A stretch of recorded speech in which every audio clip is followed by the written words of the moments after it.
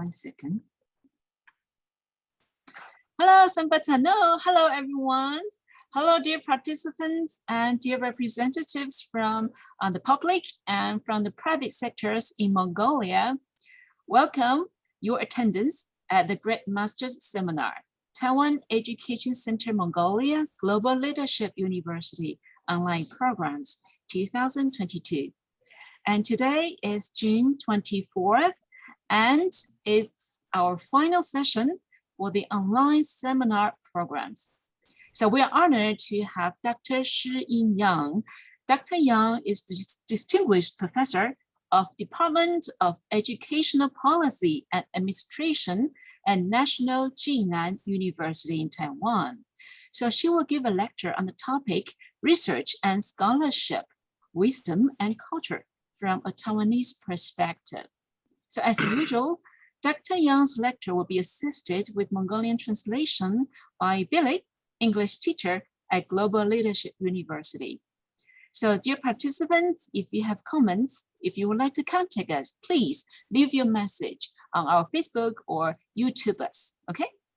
So without further ado, Dr. Yang, would you please start the lecture? Thank you. Hi, good day, everyone. Greetings from Taiwan, and thank you, Billy, for being my translator. Let me introduce. Okay, my name is Shih-ying Yang, and it's pronounced as Shih-ying Yang. So just imagine me as a young female couch potato. At the moment, I'm a distinguished professor in National Jinan University, and this is my university. За сайн байцгаана уу? Монголд байгаа хувийн салбар болон төрийн салбар тийм үү бизнес ямарваа нэгэн салбараас өнөөдрийн семинарт оролцож байгаа та бүхэнд энэ өдрийн мэндийг хүргье. Өнөөдөр болохоор бидний хамгийн сүүлчийн семинарын минь өдөр байгаа.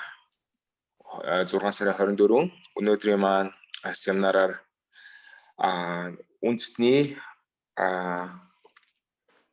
Чи-нан их сургуулийн хүндэт доктор профессор Shih-ying Yang профессор өнөөдрийнхаа сэдвээр бид нартай санал хуваалцж байна. Өнөөдрийн сэдэв болохоор үндэсний Чи-нан их сургуульд хэрхэн тэтгэлгээр суралцах вэ? Мөн мэрэгэн санаа болон соёлын талаар та бүхэнтэйгээ өнөөдөр хуваалцах болно. Тэгээд түрүүн багш маань хэлсэн өөрийнхөө нэрийг яаж дуудах вэ гэвэл Shih-yang юм уу залуу эмэгтэй гэсэн утгатай ийм нэр байгаа. Тэгээд одоо та бүхэн маань үндэсний Чи-нан их сургуулийн зургийг одоо яг дэлгэцээр харж байна. Өнөөдрийнхөө семинарт идэвхтэй оролцоорой. Тэгээд та бүхэнд асуулт байх юм бол одоо та бүхэн одоо Instagram, тэгээд Facebook болон тэгээд зөвхөн асуулт байх юм бол одоо энэ чат бокс дотор та бүхэн асуултаа асуухад бичээрэй. За баярлалаа. Professor, I've done. Okay, thanks. Okay, let me introduce a little bit about my background. I was educated in Taiwan all the way till college, and then I got my master's degree from Harvard University, and I also got my PhD degree from Yale University, and I'm a cognitive psychologist. За багш маань өөрийнхөө боловсролын суурийг та бүхэнтэй танилцуулъя. Багш маань болохоор бакалавра болохоор үндэсний багшийн сургуульд багшийн одоо боловсролын философиор хийсэн. Өөрийнхөө магистрийг болохоор Харвард их сургуульд хийсэн байна боловсролын салбарт. Докторийн ажлыг болохоор мөн адилхан Yale их сургуульд хийсэн байгаа. Okay. Yes. Okay. Today, my topic is wisdom and culture, and I'm talking about it from a Taiwanese perspective. За өнөөдрийн бидний та бүхтэй хуваалцах сэдэв маань болохоор тийм мэрэгэн санаа болон ухаалтад ба соёл гэсэн салбар байна. Өнөөдрийнхээ салбараар болохоор төлөвлөгөө Тайванчуудын болохоор алсын төлөв ямар байдаг талаар хэлүүлээ. Энэ сэдвээр ярилцъя. This is the outline. I'm going to introduce a little bit about Taiwan, and then I'm going to talk about the conceptions of wisdom, both West and East. and I'm going to talk about my view of wisdom, and then how to apply this concept of wisdom. And after that, I think if students want to come to Taiwan, I have some tips for them if they want to apply National Jinan University. And I also want to share some of the lessons I learned for publishing journal articles for professors. За өнөөдрийн маань бид нар та бүхэнтэй хуваалцах сэдэв болохоор Тайваны талаарх тодорхой мэдээлэл та бүхэнд давчхан хүргэнэ. Хоёр дахь хэсэгт болохоор та бүхэнд одоо энэ цэцэн ухаан, мэрэгэн ухаан гэсэн утгын талаар хэдүүлээ ярилцах болно. Энэ талаар ярилцахдаа болохоор мэдээж баруун болон зүүн Аз орнуудын талаарх хоорондын аяалга болон төстэй талууд талаар хэдүүлээ ярилцах болно. Тэгээд гурав дахь сэдэв маань болохоор одоо энэ цэцэн мэрэгэн ухаан болон эдгээрийн одоо үйл ажиллагааных нь одоо харагдах байдлаас хэдүүлээ ярилцъя. Тэгээд дараад нь болохоор энэ яг цэцэн ухаан гэдэг зүйл маань өөрөө яг энэ бодит амьдрал дээр хэрхэн тусч байдаг талаар хэдүүлээ бас ярилцах болно. Дөрөв дэх хэсгээр. За тав дахь хэсгээр мэдээж та бүхэн хэрвээ Тайван улсад суралцахаар болох юм бол яаж одоо энэ үндэсний Чин-хан их сургуульд тийм үү аплайдах тийм үргэлжлөө өгөх талаар хэдүүлээ бас ярилцж болно. Сүүлийн хэсэгт болохоор хэдүүлээ одоо хэрхэн өөрийнхөө одоо дипломын ажил болон бусад зүйлийг артиклуудыг хэдүүлээ хэрхэн одоо сонир сэтгүүл дээр хэвлүүлэх талаар хэдүүлээ бас та бүхэнд өөрийнхөө туршлагаас хуваалцсанаа. Та бүхэн семинартаа идэвхтэй оролцоорой. Yes, Professor. Okay, let me talk about Taiwan. Taiwan, as we know, is a small island next to China, and ethnically, most of us are Han Chinese people, and 2% of us are Aboriginal people. За Тайваны талаар та бүхэнд давчхан сонирхолтой юм бол Тайван болохоор яг хятадын цаана байдаг маш их арлын улс байгаа. Тэгээд үндэстнийх нь хувьд гэх юм бол 98% нь болохоор хятад үндэстэн, 2% нь болохоор тухайн уугуул байдаг байх нэ. Okay, and then Taiwan is famous for Taipei 101, which was the tallest building around the world before Caliphate. За Тайван та бүхэн мэдж байгаа хамгийн бас нэг тийм үү бусад танигдсан зүйл 101 гэсэн тийм барилгатай байсан тийм 101 давхар барилгатай. Яг одоо хамгийн өндөр барилга байж байгаад 2004 онд одоо Гүрж Халифа гэдэг нэг Дубай байшин баригдсанаар бас нэрхүү. Sorry. Okay, and Taiwan is famous for its bubble tea. Taiwan invented the bubble tea, and this is bubble tea. And it's called pearl milk tea in Taiwan. When I travel around the world, I find that many people like bubble tea. So if you have any chance, please sample the bubble tea. I think it's quite good. За та бүхэн бас мэдж байгаа бас мөн нэг алдартай зүйл болохоор одоо bubble цай тий bubble tea байдаг байх тийм үү. Тайван анх үүссэн тий одоо багш маань болохоор мөн адилхан гадаад орнуудаар аялахдаа бас энэ bubble tea бас харж хэрглэж байгаа. Тэгээд яг хамгийн гол зүйл нь болохоор хамгийн одоо нэг цэвэр сүүн цай гэсэн утгатай ийм сүүн цай байдаг хань Тайванд. And I think one thing that distinguishes Taiwan from other Chinese community is that we use the traditional complex Chinese character. According to the Cambridge Illustrated History of China, those characters can be dated back to 175 AD. And these are the characters, the writing symbols we used in Taiwan. За тэгээд Тайваны бас нэг аяалгах зүйл маань хятад солих зүйл маань болохоор одоо энэ Тайваны өөрийнх нь үндэсний бичиг байгаа тий. Тэгээд энэ бичиг маань болохоор 1070 манай эдний одоо яг одоо бид нэр амьдарч байгаа эдний 175 оноос эхлэлтэй ийм бичиг байдаг. Okay, and because we do not have much difficulty access to the classical texts, so I think Taiwan people in general are well versed in classical Chinese texts, especially Confucian and Taoist texts. And I think most people in Taiwan know Chinese history well because they will be tested when students want to go, if students want to go to college.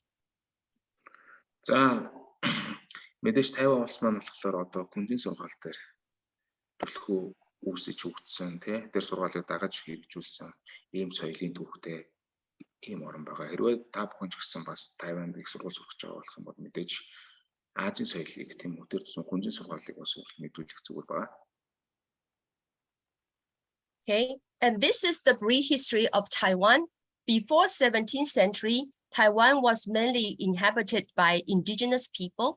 Then Dutch and Spanish people came. And after that, Taiwan was a territory of Qing Dynasty China. And after Qing Dynasty China lost its war to Japan, Taiwan was ruled by Japan for 50 years. And after World War II, Taiwan was returned to the Republic of China. And in 1949, Republic of China lost its civil war to the Communist Party. And then the government was relocated in Taiwan. And since then, we have been politically separate from mainland China. And after that, this is the Chiang Kai-shek who moved the government to Taiwan. And after that, Taiwan received aid from the US for 15 years. So Taiwan was then open to the influence of the American culture. And in the 1980s, Taiwan underwent rapid industrialization, economic growth, and political reform, and was touted as one of the 4 Asian dragons. За та бүхэнд одоо Тайваны товч түүхийг танилцуулъя. Тайван маань болохоор 17-р зуунаас эхлэлтэй юм улс байхын тий. Тайван бас 17-р зуунд болохоор тухайн нутгийн иргэдийнхэн хүрээнд байж исэн бол 1622-оос 1662 онд одоо нэг Нидерланд буюу Дооч болон Испани колонд одоо орсон. Тэгээд дараад нь үүний дараагаар одоо Чин дайнасти буюу одоо Манчжун улсын тодорхой иргэшэл дор 1662-оос 1895 онд байсан бахан тэр нутагт хамаардаг болсон байна. 1895-аас 1945 онд Тайван маань бас л нөгөө нэг Япон улсын одоо нутагт иргэшэлд хамаарч байсан бахнэ. Одоо дэлхийн дайны үед 1945 онд болохоор дэлхийн 2 дугаар дайнд дуусны дараагаар болохоор хятад улс маань болохоор Тайван улсыг болохоор ерөөхдөө өөрийнхөө хэсэгт байлгаж ирсэн. Хүрээнд байлгаж ирсэн. 1949 оноос авдар одоо та бүхэн зураг үзүүлсэн бах те. Одоо нөгөө нэг Кай Джекси одоо засгийн газар одоо алдаж иргэний дан гараад ингээд Тайван улс маань болохоор ингээд одоо Тайван гэдэг ийм тусдаа орныг бий болгож чадсан. За тэгээд 1950-аас 1965 оны хооронд болохоор мэдээж энэ Америкийн нэгдсэн улсын одоо зорилгоор одоо Америкийн нэгдсэн улс тухайн Тайван улсыг санхүүжуулаад ингээд Америкийн соёлын хүрээнд Тайван улс маань орсон. Тэгээд 1980-аад оноос Тайван улс маань болохоор маш ажилтнал хөгжсөн тийм ийм тусгаар орн болоод одоо дэлхийн 4 луу орныг нэг болжээ. Okay. Yes, now, Professor. Taiwan is known to be the only Chinese democracy. That means we made fun of our presidents all the time. And last year, Taiwan ranked as the top 4 democracy in Asia, the 8th in the world, which is according to the Economic Intelligence Unit. And currently, Taiwan plays a major role in global supply chain, particularly advanced semiconductor chips and TSMC, which make most of the advanced semiconductor chips in Taiwan, which is a world-renowned company. Professor, could you move this picture from your slide? Okay, sorry. Тайван улс маань болохоор тэгээд дэлхийд ерөөхдөө одоо хамгийн бас мундаг арчилсан орн гэдгээр ер нь танигдсан байгаа тийм. Одоо Азтай бол топ, тэгээд шилдэг, тэгээд дэлхийд болохоор 8-д одоо жагсаагдаж байгаа. Тэгээд 2000 ерөөхдөө энэ 21 оны үед гэх юм бол Тайван болохоор Азийн хамгийн демократик улс, тэгээд арчилсан улс, тэгээд Япон болон Солонгосын урд бичигдсэн байгаа.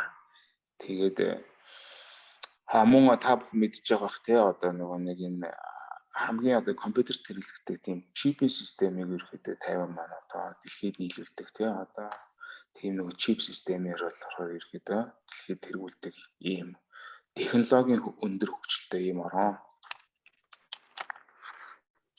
Okay, Yes, so yes. currently Taiwan also promote multiculturalism. While Mandarin is the official language, English is a compulsory subject from the 3rd grades in the elementary school onward, and other languages are also taught in public school. За Тайван улс маань болохоор мэдээж олон үндэсний соёлыг ерөөхдөө дэмждэг ийм орн байгаа. Тэгээд ерөөхдөө аль биесны хэл болохоор одоо mainland одоо энэ Mandarin гэдэг тийм хятад хэл байдаг, Chinese language байдаг. Тэгээд English болохоор англи хэл болохоор ерөөхдөө дараагийнх нь үзэх ёстой одоо заавал үзэх ёстой хичээлүүд байдаг. Ялангуяа бага сургуулийн 3 дугаар ангиас эхэлж ордог байгаа. Мөн бас тэ бусад гадаад хэллүүд бас гон паблик сургуулиуд одоо улсын сургуулиудад заагддаг ийм соёлын олон төрлийг хэл соёлыг агуулсан ийм улс байгаамаа. Okay, now I'm going to talk about the conceptions of wisdom, both West and East. За одоо бүгдээ одоо энэ ухаалаг санаа тэ ухаан болон мэрэгэн санааг энэ одоо гол агуулгыг яри. Энийг ярихтай төлөө болохоор мэдээж баруун зүүн Аз орнууд дээр ярина. Okay, if we see cultures as actualized human possibility, which are accumulated from earlier period of history, then different cultures have different worldviews and different conceptions of wisdom. За мэдээж та бүхэн соёл одоо соёлын талаар ярих бол мэдээж энэ болохоор хүний одоо боловсрол зүйлүүд дээр бий болж идэх тийм үү түүхийг одоо харуулж идэг ийм зүйлийг соёл гэж байгаа. Тэгээд соёл маань болохоор мэдээж үндэстэн бүр тийм улс бүхэн дээр өөр өөр ингэсэн ялгаатай өнгө төрхтэй байдаг. Okay, because those different worldview and conceptions of humans will influence how we see wisdom. So there is a great difference between the East Asian view and the West. За хэдүүлээ хүн гэдэг зүйлийг хэрвээ нь тодорхойлоод ч юм уу соёлыг ярих юм бол мэдээж. Okay, I think the major difference between the East and West may originate from different way of how we define human, both the essence and the end state. За тэгээд яах юм бол одоо гол санаа болон одоо түүний өгөгдөл гэсэн ийм зүйл байгаа. Okay, so for the West, from the very beginning, the power of thinking is greatly valued, particularly the ability to think abstractly. For example, the name for human is called Homo sapiens. That means primate that can think. За тэгээд барууны соёл гэх юм бол мэдээж энэ болохоор мэдээж энэ хүн гэдэг зүйл болохоор мэдээж бодолтой бий болдог юм тийм аа тий одоо ийм зүйл юм аа. Энэ болохоор ерөөхдөө тухайлах юм бол тийм ямарваа нэгэн зүйлийг ерөөхдөө хийсвэрээ бодож сэтгэдэг юм байна. Одоо энэ Homo sapiens гэдэг маань болохоор ерөөхдөө хүн гэсэн утгаар илэрхийлж байгаа. Okay, this line of thought can be dated way back to Plato. За хэвэл одоо хүн гэж ярихдаа хэвлээ энэ Плато гэдгүүлээ яри. Энэ хүн болохоор мэдээж та бүхэн харж байгаа тийм манай энэ өмнөх одоо 428-аас одоо 348 цаг хугацаанд тийм амьдарч байсан энэ эрдэмтэн байгаа. Okay, in his most famous metaphor, he thinks that we start out as prisoners, sees only shadows, and live in this world of appearances. And only through thinking, reasoning, and rationality can we enter into this intelligible world and eventually reach the good. За ингээд энэ хүний одоо онлоор болох юм бол хүн бол ерөөхдөө тэ одоо тийм харанхуй бүрхэх тийм одоо ерөөхдөө төсөөлжлөх юм бол шоронгийн одоо ял идэлгчийг одоо тэ зөвхөн сүудрийг л хардаг ийм байдалтай байж исэн бол тийм үү. Тэгээд дараад нь одоо дэлхийг харах зүйл рүү явж байгаа юм л да. Одоо та харж байгаа те одоо бодол үзэж байгаа байдал. Тэгээд дараад нөгөө нэг оюун ухаанаа ярьж эхлээд тэгээд энэ хурж байгаа зүйл маань болохоор одоо сайн сайхан хүний зүйл байх нь байна тий. Одоо энэ дээр бас та харж байгаа 3 зүйл байгаа тийм үү. Бодол, шалтгаан, тэгээд үнэн байх гэсэн. Тийм оновчтой байх гэсэн. Before we reach the good, we have to understand forms. According to Plato, forms are abstract concepts that really exist in the world. За тэгээд мэдээч одоо энэ сайн гэдэг зүйл рүү та бүхэн явахын тулд тийм үү хүн бүхэнд те одоо ямар нэгэн зорилгот болохоор хэлбэр байгаа. Okay, and many Western scholars follow this line of thought. За тэгээд барууны те бүхэл эрдэмтэд одоо саяны бодлыг одоо даахдаг бахан та харж байгаа те энэ line гэдэг маань болохоор одоо саяны үзүүлсэн одоо схем байх нь шүү дээ. Тийм энэ схемийн дагуу бодолтой байдаг. For example, René Descartes, he says, I think, therefore I am. За одоо жишээлбэл та бүхнийг харж байгаа René Descartes гэдэг энэ бас эрдэмтэн байт юм. Энэ хүн юу гэсэн бол би боддог тийм үү? Цаашлбал би хэн бэ гэж. Би болооч. And John Locke says a person is a thinking, intelligent being. Мөн John Locke тийм үү? Хүн бол тийм үү? Ерөөсө боддог тийм үү? Ухаантай байх тал дээр. And in my discipline, Jean Piaget, in his famous theory of human cognitive development, the ability to think abstractly marked the highest developmental stage. За тэгээд энэ одоохон Jean Piaget гэдэг энэ эрдэмтэн болохоор хамгийн одоо нэг хүний оюун ухаан бодол тийм хүн гэдэг зүйлийг ирэхэд хөгжүүлэхэд хамгийн хувь нэмрээр орсон юм байна. Okay, as we develop, we move from the world of appearances into the intelligible world. За тэгээд хүн яаж болохоор тийм эхлээд дөрөвний нууны зурглалын таваа тий. Одоо дэлхийг харж мэдрэх.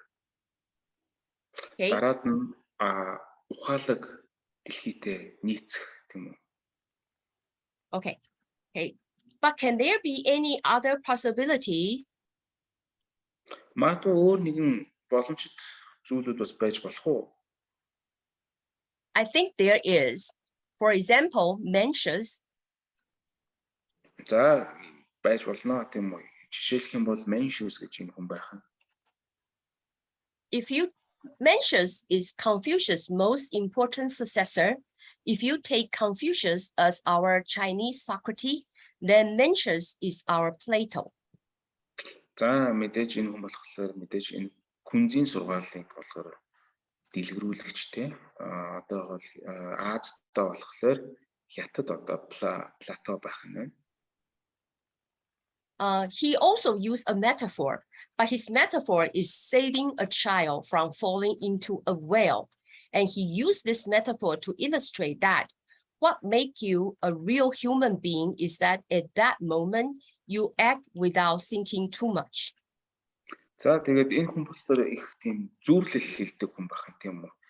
Тийм үү. Худганд унж байгаа хүмүүсийг тийм үү яаж авардаг вэ? Тийм амийн аврах вэ гэдэг юм зүүрлэлээр одоо энэ зүүрлэлийг болохоор яаж тодорхойлох вэ тийм үү.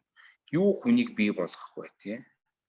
Ямар үйл ажиллагаа тийм үү бодохгүйгээр хэрэгжилж байгаа юм бэ гэсэн эдгээр зүйлийг илэрхийлж байна. Okay.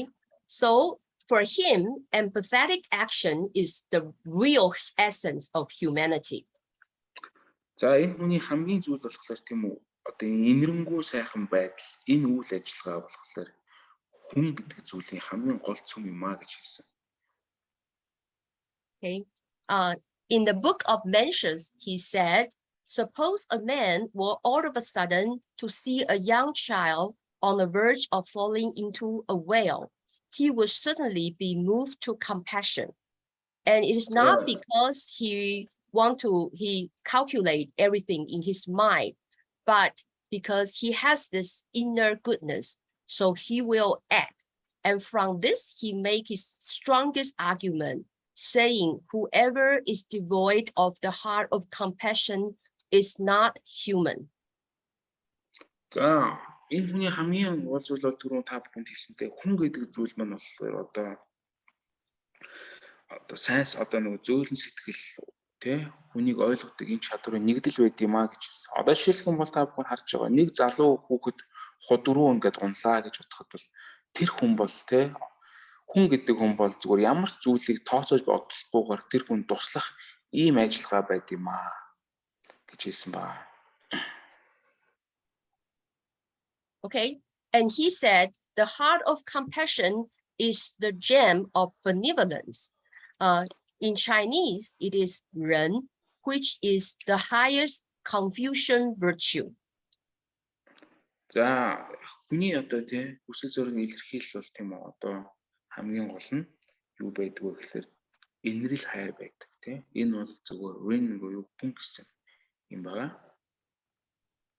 Okay, and this is the original text, and here we see the character of 仁, which is the highest Confucian virtue. За одоо та бүхэн одоо энэ оригинал одоо яг их хувийг харж байгаа тийм энэ текстний те энэ нөхцөл байдлын та бүхэн одоо энэ нөгөө дөрвөлжин байгаа те сквер байгаа дээр бол when буюу энэ одоо хамгийн дээд давуу тал гэсэн юм харж байгаа баха тийм. Okay, sorry. Okay, this line of thought is very influential in the East. За тэгээд энэ sorry. Yeah, Professor, sorry about that. Yeah, энэ илрэл болохоор мэдээж маш их нөлөө ирч хүчтэйгээр энэ зүүн Азад нөлөөсөн. Okay, and then of course in China, Taiwan, Japan, Korea, and Vietnam. За мэдээж энэ болохоор те Хятад, Тайван, Япон, Солонгос, Вьетнам. Okay, let me explain. Those countries, Taiwan, China, North Korea, South Korea, Japan, and Vietnam, they were considered what we call East Asian culture sphere.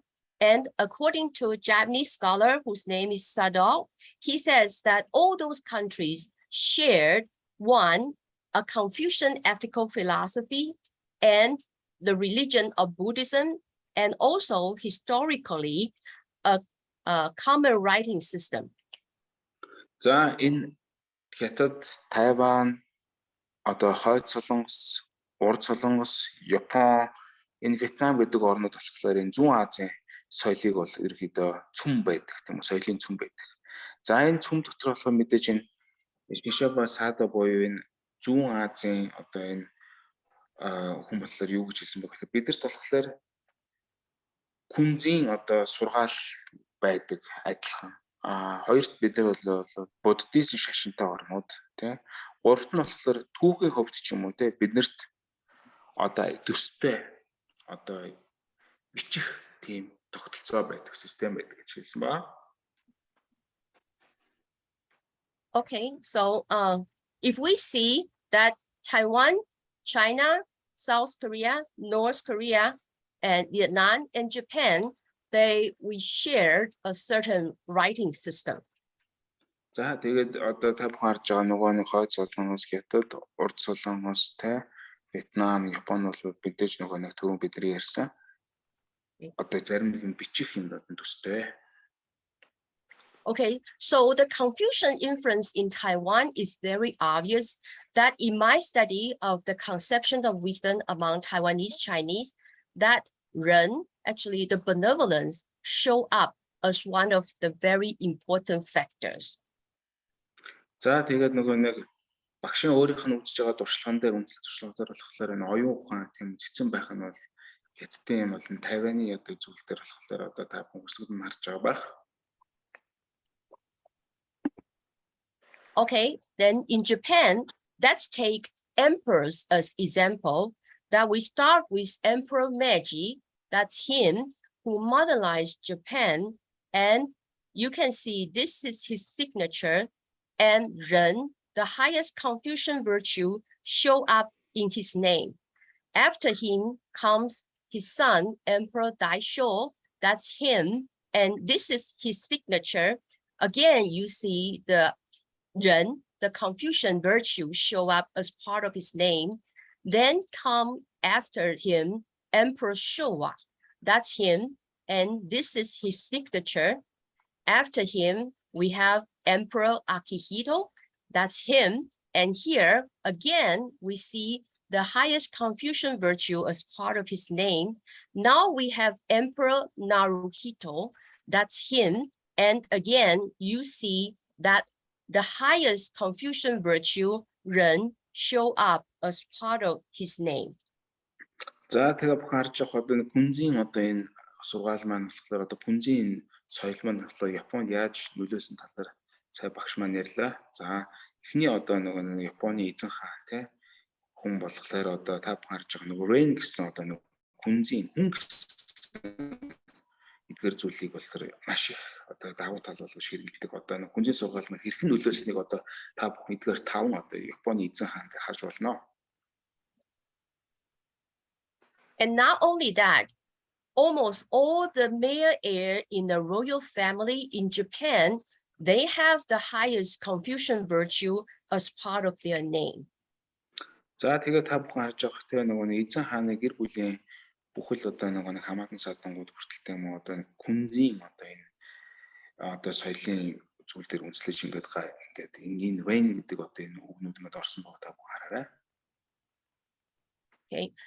In Korea, if you go to South Korea, on the banknotes that you will use, we will meet 2 Confucian scholars. За хэрвээ одоо солонгосын хувьд ярих юм бол одоо та бүхэн те бас күнзийн сургаал маань яаж ингээд солонгост нөлөөлсөн бэ гэх юм бол солонгосын мөнгөн тэмдэгтэн дээр 2 одоо күнзийн одоо судлаач маань ингээд байгаа. And the mother who gave birth to one of them. За тэгээд ээж нэг нөхсөн байна. Okay, and in Vietnam too, that the Confucian temple in Vietnam actually built really early in 1010. За тэгээд бас нэг күнзийн одоо энэ нөлөө маань одоо Вьетнам улсад яаж нөлөөлсөн гэхээр одоо күнзийн одоо сүм тэ баригдсан хам гэх юм уу 1010 онд маш их баригдсан. But people still celebrate their graduations in the Confucian temple.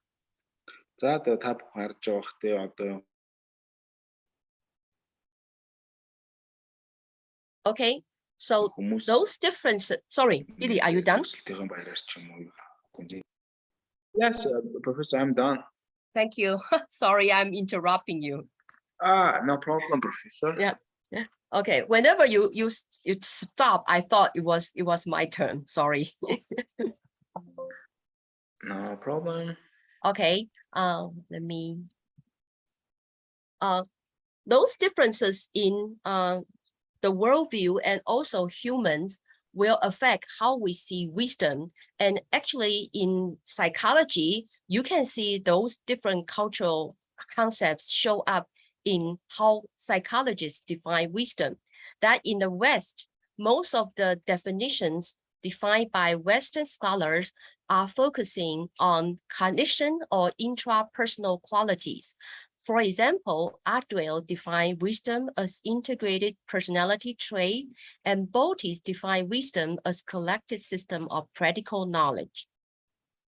За тэгээ та бүхэнд одоо энэ цэцэн ухаан тий одоо ухаан гэдэг зүйлийг тодорхойлох гэж оролдъё л да одоо энэ одоо нэг талаас нь одоо энэ талаар нөгөө барууныхан болохоор сэтгэл зүйн талаар нь тодорхойлож оролдоход бол баруун болохоор яадаг вэ гэхээр энийг бол зүгээр яг тань мэдхүй болно тийм үү тэр хүний дотоод одоо хүн чанар дээр үндэслэж тодорхойлдог гэж ерөөхдөө үздэг одоо тэгж дүлхүү хардаг бол жишээлбэл жишээ байна Арналт гэдэг хүн болохоор ерөөхдөө энэ бол тийм хүмүүсийн өөрийн зан чанарын нэгдэл юм аа гэж 2003 онд хэлсэн бол энэ Балтис гэдэг хүн болохоор энэ бол цуглуулах тийм одоо юуны цуглуулга гэх юм бол мэдлэгийн цуглуулга юм аа гэж хэлсэн байгаа. Okay, but Eastern definitions are more synthetic, taking action and its influence into account. За зүүн Азийн хүмүүс хэрхэн тодорхойлсон бол энэ бол зүгээр нэг илүү тийм мэдрэмтгий байдал те. Тэгээд үүнээс гарах одоо үр дагавар, үйл ажиллагаа тийм үү. Энэ нь одоо тухайн нөлөөлж одоо нөгөө нэг тэр мэдрэхүй байдал дээр нөлөөлж одоо нөгөө нэг цааш нь хүнийг бий болгох юм а гэсэн энэ зүйлэр тодорхойлсон байгаа. Okay. Roughly, we can say that the Western definitions are more person-based approach, and then the Eastern definition is more endeavor-based approach. За тэгээд та бүхэн харж байгаа те одоо барууны одоо тодорхойлсон зүйл рүү энэ бол мэдээж түлхүү те хүн дээр хүний өөрийнх нь мөн чанар тийм таны мэдгүү дээр суурилсан ийм хүн дээр нь суурилсан бол зүүн Азийн хүмүүс юу зүүн Аз маань юу гэж тодорхойлсон бэ? Энэ бол ерөөхдөө хичээл зүтгэл те чармаалт юм аа гэж тодорхойлсон. Чармаалтанд нөгөө гарц юм аа гэж тодорхойлсон байгаа. Okay. The person-based approach actually define wisdom if they tend to define wisdom in terms of internal qualities of an individual. For example, ego strengths, personal attributes, practical life knowledge. За тэгээд нөгөө нэг барууны тодорхойлолт гэдүүлээ дахиад харахад бол мэдээж төвөөсөн. Энэ бол юугаар тодорхойлох юм гэхээр тухайн хүний дотоод чанаруудаас болон хувийн байдлаас тийм. And the logic behind this approach is that wisdom can be developed within an individual. So if an individual once developed wisdom, the individual might be expected to think and act wisely under most circumstances. And we can actually measure a person's wisdom according to how he or she responds to abstract and broad questions about personal attributes. За тэгээд та бүхэн харж байгаа хөтэй энэ болохоор энэ барууны тодорхойлсон зүйл болохоор тийм үү энэ ухаалаг зүйл гэдэг болохоор тухайн хүн яагаад гэвэл өөрийнхөө хүн дээр хүн чанар дээр тулгуурдаг болохоор энэ болохоор мэдээж дотоод гэсэн утгыг илэрхийлж байгаа. Хувь хүн талаас хүн өөрөө энийг өөрөө тодорхойлж өөрөө тэнцэнэ хөгждөг гэсэн утгатай тийм үйл ажиллагаа байгаа тий. Okay, so let's try some of the questions that they usually use to test whether people have wisdom or not. За хэдүүлээ тэгээд хүмүүст яг тийм ухаалаг цэцэн санаа тийм хүн байна уу гэдэг хэдүүлээ бас шалгая. I'm good at identifying subtle emotions within myself. За тэгээд би их тийм үү. Okay, so юмыг хооронд нь тийм үү адилтахтай тийм үү одоо эмошнороо тийм үү өөрийгөө ингэж тодруулдаг гэж. So if you are, if you agree you are like that, then you rate yourself like high. You give yourself maybe 6 out of 7.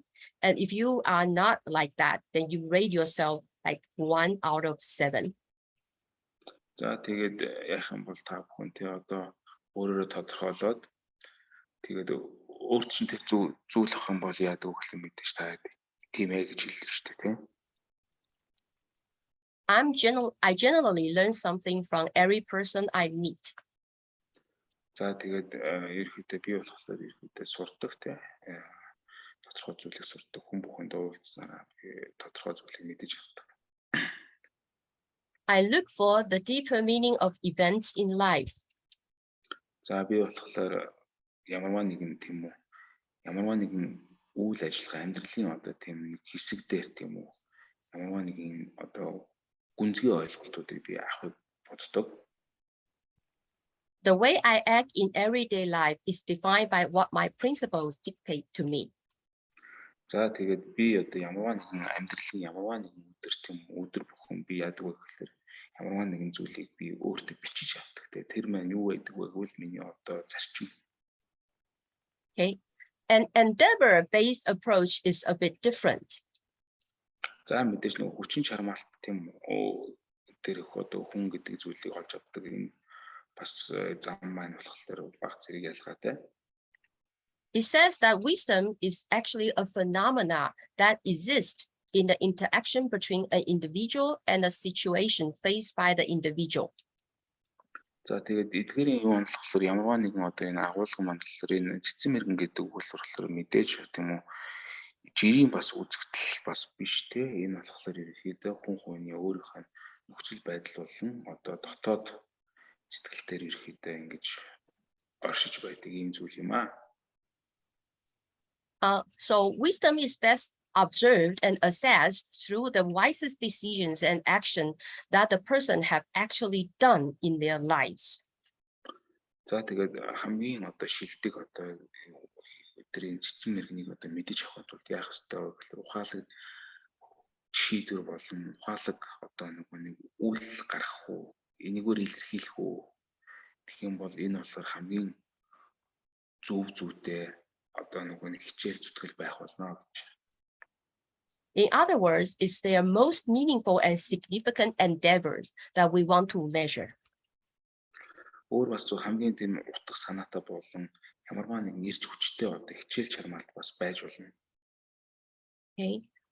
Now I'm going to share my view of wisdom, which is called a process view of wisdom. За одоо гурт хэсгээр одоо багш маань болохоор та бүхэндээ энэ цэцэн мэргэн ухааны талаарх одоо үйл ажиллагаа гэх юм уу харагдах байдлын та бүхэндээ өөрийнхөө туршлаган дээр үндэслээд мэдгсэн зүйлээ та бүхэнд хуваалцъя.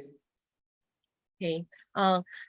Which incorporating Eastern and Western conceptions of wisdom, I take the action that is very much emphasized in the East and also the thinking that is very emphasized in the West.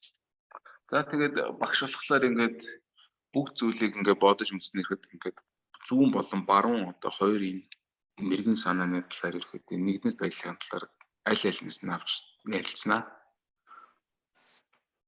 Okay, so this view is called a process theory of wisdom, which says that wisdom is a real life process that exists in the interaction between an individual and the situation he or she faces. But to display a wisdom that a person, the phenomena or the process has to encompasses three core components. The first one is cognitive integration. The second one is action. The third one is positive effects. За одоо нэг цэцэн буюу одоо ухааны одоо үйл ажиллагааны онлайн талаар хэлүүлээрэй. За үүнийг тодорхойлохын тулд эхлээд мэдээж тийм үү. Бодит амьдралын одоо үйл ажиллагааны талаар хэлүүлээ ярина те. Бодит амьдралын үйл ажиллагаа гэдэг маань одоо юу вэ тийм үү? Хин хиний тулгарх асуудал вэ гэхээр ойлгомжтой. Энэ бол мэдээж хувь хүн болон одоо нөхцөл байдал. За тэгээд ингээд нөхцөл байдал эдгээр зүйлийг ингээд хүсэл тэмүүлэн гурван хэсэгт ингээд хувагаад үзэх юм бол нэгдүгээр хэсэгт нь болохоор одоо танин мэдэх нэгдэл байх нь тий. Одоо ямар ялгаад олон зүйлийг таньж мэдэх тийм үдгээр зүйл байна. Хоёрдугаарх нь болохоор мэдээж үйл ажиллагаа байна. Гурав дахь зүйл нь болохоор одоо ямар нэгэн зөв эрг нөлөө үзүүлэх энэ үйл ажиллагаа байдаг. Okay. So if a person wants to display wisdom, the person has to have an idea that combine what are ordinarily considered separate or conflicting things to form a benevolent idea. And then the person has to take actions to carry out the idea. And then the action has to generate positive effect for oneself and also for other people as well.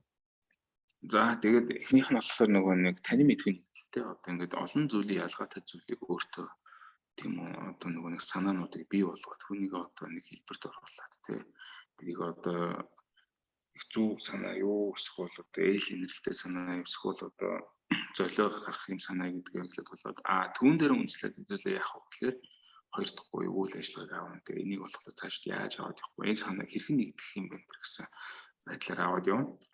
Гурав дахь нь болохоор нэг тав хүч эдгээр үйл ажиллагаа чи өөрөө дараад нэгээд одоо нэг эрг нөлөөг одоо өөртөө болон бусдад хүргэх ийм ажиллагаа болж байгаа. Okay. So those are the three core components, and the process view actually focus on what people really have done in their lives. So it's the real life display of wisdom that is very much emphasized. За дараагийн ингээд цохон тэмдэгч мөр юм болохоор энэ ухаалаг санаа тийм бодит амьдрал дээр хэрхэн тусгалаа болд юм бэ энэ үйл ажиллагааны хэлүүлээ сонирхъя үзье. Okay, and let's take most famous story of wisdom in the Western world as example. That in the Bible it describes that King Solomon, he has a very wise trial over two women fighting for a baby. За тэгээд нэг том туршилт хийчихээ. Одоо хэдүүлээ нэг санаагаа ярих юм бол хамгийн одоо тийм үү гайхамшигтай санаа бол мэдээж юм барууны тийм үү баруун байсан байна тий болсон байна. Та бүхэн хэрвээ Библи уншдаг болох юм бол тэнд хаан Салмон тийм үү хоёр бүсгүй тийм үү жижиг хүүхдүүдээр хоорондоо тулалдж байгаа үедээр нэг туршилт явуулсан байна. Okay, when his father died, Solomon was crowned king when he was actually very young, and the country did not have much faith on him. And right after he was throned, then two women, two prostitutes, they came to him, and they both claimed that the one baby, both of them said the one baby is their son. So one woman said, this baby is mine. The other woman said, this baby is mine. And then Solomon said, give me a sword. Let's cut this baby in half and give each half to both of them. For one woman who says, neither I nor you should have the baby, cut it in half. The other woman says, no, don't cut the baby. Give the baby to the other woman. And so after that, Solomon gave his verdict. He says, let's give the baby to the second woman. That is the woman who gave up the baby to the other woman. And so this is his trial and his verdict. За нөгөө нэг Салмон хааны үед л мэдээж Салмон хааны маань аав нас бараад Салмон хаан маань болохоор өөрөө мэдээж маш залуухан хаан болсон. Тэгээд Салмон хаан маань болохоор янз янзын хэцүү юм шийдвэр тийм үү шүүх юм үйл ажиллагаанд оролцож байгаа. Тухайн үед болохоор хоёр бие үнэлдэг хоёр бүсгүй маань Салмон хааны дэргэд ирээд нэг хүүхэд авчираад энэ миний хүү гэд хоорондоо маргалцсан байгаа. Тэгэнгუут нь Салмон болохоор за тэгвэл алийг нь болохыг мэдэхгүй учраас юу яа юу зүгээр тоо хоёрт яа сэлэм аваад өгөөч энэ хүүхдийг тоо хоёр хуваагаад авчих гэж хэлээд сэлэм автал нэг бүсгүй за тэгээ энэ хүүхдийг хуваагаад авчия гэд эхний бүсгүй тэгж хэлсэн байгаа. Гэтэл дараагийн бүсгүй малнаар үгүй бити энэ хүүхдийг хуваа энэ хүүхдийг энэ одоо нөгөө нэг саяны энэ авах гээд байгаа хүнд нөхчөө гэж хэлсэн. За Соломон хааны энэ шийдвэр болохоор маш гайхамшигтай байсан. Яагаад гэвэл Соломон хаан гэсэн. За энэ хүүхдийг ерөөсөө хоёр дахь буюу тий энэ хүүхдийг тэр хүнд өгөөч бити хуваагаач гэсэн хүүхдэд бүсгүйд хүүхдийг нь өгөө гэж хэлсэн. Энэ болохоор маш агуу шийдвэр байсан. Okay, so he displayed wisdom by integrating the conflict between love and killing. He knows that the true mother will love the child. And he also used the killing because he wants to cut the baby in half. За тэгээд энэ Соломон хааны одоо энэ мэрэгэн ухаан тий ухаан юу гэдэг илэрхийлээд байгаа юм бэ гэхээр тийм хайр болон одоо алах зүйлийг илэрхийлээд байгаа маа тий. Хэн нь хэндээ хайртай вэ гэдэг үнээс та бүхэн бас мэдэж болно. Okay, and he also carry out his idea in his action that he give the baby to the woman who really loved him. За тэгээ та бүхэн харж байхдаа мэдээж эхлээд нөгөө түрүүний яасан нөгөө танин мэдсэн юм Соломон хаан маань тийм үү хайр болон хагцлыг тий. За дараад нь яасан мэдсэн учраас Соломон хаан тодорхой үйлийг өөрөө хийж эхэлсэн байна тий. And so by doing so he generate positive effect for himself and others.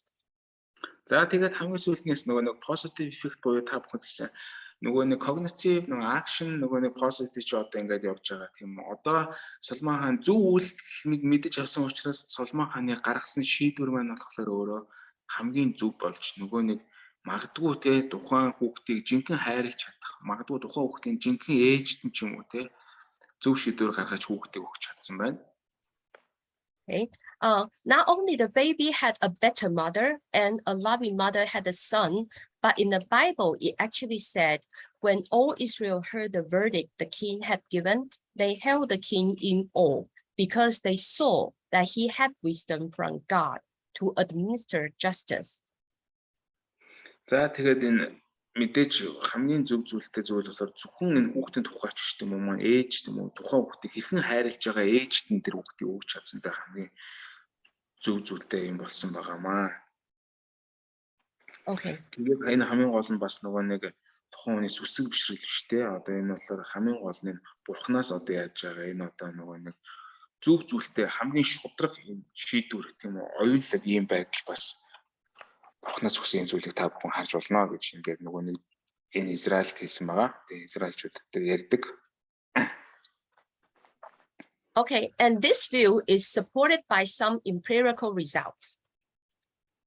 За эдгээр зүйл болохоор магадгүй те ямарваа нэгэн зүг зүйлстэй одоо тийм тодорхой хүчтэйг агуулсан одоо энэ үр дүнгээ гаргаж байгаа. Okay, in one paper which reviewed the definition and assessment of wisdom, it says that definition and instruments were developed by researchers based in North America or Europe. One definition, however, was developed by a research based in Taiwan, and that person is me. За одоо багш маань магадгүй одоо нөгөө нэг энэ тэ одоо нөгөө нэг энэ wisdom гэдэг зүйлийг оюун ухаан гэдэг зүйлийг тодорхойлж байгаа байхгүй юу? Энийг болохоор магадгүй нэг Европод нэг хүн тодорхойлсон байна. Харин нөгөө нэг тухайн мэрэгэн санаа оюун ухаан гэдэг зүйлийг нэг хүн тодорхойлсон, Тайван тодорхойлсон болохоор манай багш профессор Ин. Okay, thanks. And in another journal, which is called Academy of Management Learning and Education, which actually listed my study as one of the new approaches to wisdom. За тэгээд нэгэн цааны та бүхэн танилцуулсан одоо сэтгүүл маань болохоор багшийн хийж байгаа одоо ажлыг та бүхэн тодорхойлсон. Багшийн маань одоо яг одоо энэ сэдв маань болохоор шин одоо оюун ухаан гэдэг зүйлийг ерөөхдөө тодорхойлсон шин одоо зам одоо нэг тодорхойлтуудыг гаргаж өгсөн. Okay, and how can we apply such ideas in our real life? За бид нар одоо ямархуу одоо бодол санааг тийм үү яг энэ оюун ухаан тийм үү мэрэгэн ухаан гэсэн үзэл бодлыг одоо яг энэ бодит амьдрал дээр хэрхэн одоо хүрээгээр нэгтгэх гэдэг дээр нэгдүүлээ ярилцъя. The first one is that we can use this concept to examine our own life. За тэгвэл хэдүүлээ өөрсдөө амьдралыг хэдүүлээ энэ оюун ухаанаар шалгах тий одоо энэ оюун ухаан гэдэг зүйл хэрхэн тодорхойлоод байгаа хэдүүлээ харъя. We can ask ourselves, what is the wisest things we have done in our life? За тэгээд хэдүүлээ өөрсдөөс асууя тийм үү бид одоо ямар ухаалаг зүйлийг тийм үү амьдралдаа хэрэгжүүлж чадсан бэ? Хийсэн бэ? Of course, that wisdom is such a lofty, is a high value, but we seldom think that it will apply to us. But I think compared to all the things we have done in our life, definitely there are one or two things that we have done is much better than the other things we have done. And those are the things that maybe it have the potential to display wisdom. За магадгүй бид нар амьдралдаа зөндөл сайн сайхан хийжсэн багтаа магадгүй дотроос хамгийн 2-3 тийм магадгүй бүр сайн хийжсэн бас зүйлүүд бас байгаа бах. Тэгээд та бүхэн тэрийг одоо бодох юм бол магадгүй тэр маань бол миний амьдралдаа хийж бүтээсэн одоо хамгийн зөв ухаалаг тий алхам байсан баха гэж бодож болно. Okay. After we have thought about the wisest thing we have done, we can semantically analyze the things we have done based on the 3 core components of wisdom, whether we have our motivating idea combine different things together, or whether we take actions to carry out our ideas, or whether our actions has generated positive effect for ourselves and others. За тэгээд хэдүүлээ нөгөөдгөө яг түрүүнийхээ нөгөө нэг схемийн дагуу ерөөхдөө одоо их гүнзгий тэгээд салахад одоо нэг анализ хийгээд тийм үү хэдүүлээ бодъё тий одоо жишээлх юм бол багш маань түрүү хэлчихсэн тийм үү одоо таны мэдхүйдээ тэр зүйл чи юу байсан юм бэ ямарваа нэгэн ялгаатай зүйлүүд хоорондоо тийм үү зөгцсөн юм бэ тий тэр зүйлүүдийг таньж мэдээ та яасан юм бэ ямарваа нэгэн үйлдэл хийсэн үү ямарваа нэгэн санааг хоорондоо аваарч түүнийг хэрэгжүүлсэн үү. За тэгээ хэрэгжүүлсэн тэр зүйл маань танд болон бусдад тийм үү ямарваа нэгэн байдлаар үр дүнтэй байж чадсан уу гэдэг дээр та бүхэн бас нэг анализ хийгээд бодоорой. If our display of wisdom do consist of those three core components, then we can really pat on our shoulder and congratulate ourselves that we did something wise in real life. За тэгээд ингээ бодох юм бол мэдээж энэ гурвыг ингээ бодоод үзэхэд бид нар бол ямарваа нэгэн зүйлээр мэдээж ухаалдаг тийм ухаантай тийм зүйлийг өөрөөдөө бид нар амьдралд хийсэн байгаа. Okay. And my study actually showed that in Taiwan, wisdom is most likely manifested through 5 different ways. The first one is striving for common good by helping others and making major contributions to society. The second one is achieving a satisfactory state of life. The third one is developing and determining life paths. The fourth one is resolving difficult problems at work. And the last one is doing the right things in the face of adversity. За тэгээ одооний урдны бид багш одоо юу мэрэгэн ухаанаас юу олж авсан бэ гэхээр тийм үү. За энэ Тайванд болохоор оюун ухаан гэдэг бол тий одоо мэрэгэн байх юм ухаантай байх гэдэг бол яг олон талаар ингээд дэлгэнгүй байдлаар гарч ирж байна л да. Тийм үү. Юу жишээлхэн бол нэгдүгээр юу болох юм ямар нэгэн зорилгот одоо хичээх тийм үү. Одоо нийтлэг одоо сайн тийм үү зүйлийг бусдад хүргэх тийм үү. Ямар нэгэн байдлаар нийгэмд тийм үү хувь нэмрээ оруулж байгаа 36%. Хоёр дахь нь болохоор ямар нэгэн хүрх түүнээсээ одоо нэг ад жаргал тийм үү сэтгэл ханамжтай байдлыг мэдэх гэсэн зүйл маань одоо 25%. Гурав дахь зүйл нь болохоор ямар нэгэн зүйлийг одоо хөгжүүлэх тийм үү шийдэмгий байдлаар амьдралд хандах эдгээр зүйл нь болохоор 17%. Ямар тийм үү хэцүү асуултыг тийм үү дуусгаж чадах тийм үү тийм үү эдгээр асуудал шийдэж чадах ухаалгаар шийдэж чадах юм болохоор 14%. 5 дахь зүйл нь болохоор ямар нэгэн зүйлийг тийм үү зөв хийх тийм үү эдгээр зүйл нь болохоор 9% байдаг. Ийм зүйлүүдийг олж харсан байна. Ухаантай байж байгаа үйл ажиллагаанаас болохоор ухаалаг санааг болохоор тийм ухаалаг байдлыг нэг тодорхойлсон байна. Okay. Yes, Professor, we can move next page. Next slide. So in other words, in real life, wisdom can be manifested in at least 3 forms, and it takes different lengths of time. The shortest one is successfully resolving different real life problems. And the second one is managing a period of one's life course in a satisfying way.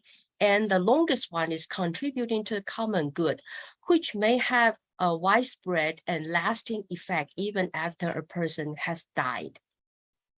За тэгээд та бүхэн бас өөр зүйлээр тайлбарлах юм бол тий одоо энэ оюун ухааны зүйл бол магадгүй энэ оюун ухааны нөгөө нэг 3 юм хэлбэрээс бүрдээд байна л да. Нэгдүгээрх нь болохоор амжилттайгаар ямар нэгэн зүйлийн амьдралд байгаа ямар нэгэн үнэхээр хэцүү асуудлыг шийдвэрлэх.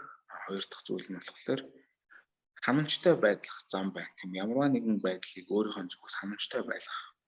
Гурав дахь зүйл магадгүй юу гэвэл ямар нэгэн зүйлийг болохоор одоо нийгэмд ч юм уу тодорхой хэмжээний нэг зүйлд тийм үү зөв сайхан хувь нэмрээ оруулах эдгээр 3 хэлбэртэй байдаг. Okay. One thing that really strikes me is that if we do reflect on our life and find out we have done something wise, then our display of wisdom definitely will change our life direction into a more positive direction. За тэгээд нөгөө нэг та бүхэн хэрвээ амьдралд ямар нэгэн байдлаар тийм ухаалагтай шийдвэртэй ухаалаг байж чадсан байх юм бол тэр ухаалаг зүйл чинь таны мэдээж ирээдүйд тийм үү та эдийн нөгөө нэг замыг илүү эрэг болгож өөрчилж чаднаа. Okay, let me give you an example. This is an example given by a 40-year-old man who described that the wisest thing he had done in his life was to choose to attend a specialized school over the then more prestigious general high school. And he explained that his choice freed him from the high academic pressure of the general high school curriculum, which aimed to prepare students to pass national and university entrance exam. And his choice also allowed him to take diverse practicum courses As a result, he was motivated to learn more about mechanical engineering and eventually got his doctoral degree in mechanical engineering. За тэгээд энэ нөгөө нэг өөрийнхөө амьдралыг сайн сайхан ингэж болгож өөрчилж чаднаа гэх ухаалаг байдлаар гэдэг дээр одоо жишээ ярив. Тэгээд 43 настай хүн өөрийнхөө хамгийн ухаалаг хийсэн зүйлийг тэрэн тодорхойлсон байгаа те. Энэ хүн яаж тодорхойлсон бэ гэхээр сургуулийн одоо нөгөө нэг энэ сургалтын хөтөлбөр энэ curriculum болохоор яасан бол эдгээр хүнийг одоо нөгөө нэг эсэлтийн шалгалтын дээр ороход тийм үү.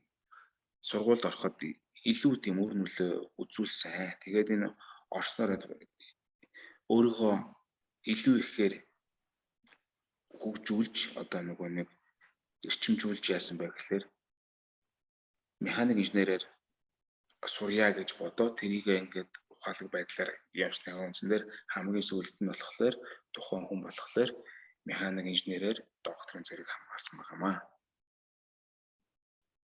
Okay. The second application is that we can use this idea to learn from the wisdom other people have displayed in the past. За тэгээд болохоор өөр зүйлийг ярих юм бол та бүхэн тийм үү ухаалаг энэ байдлыг болохоор яг бусдад та бүхэн үзүүлж чадсан байгаа.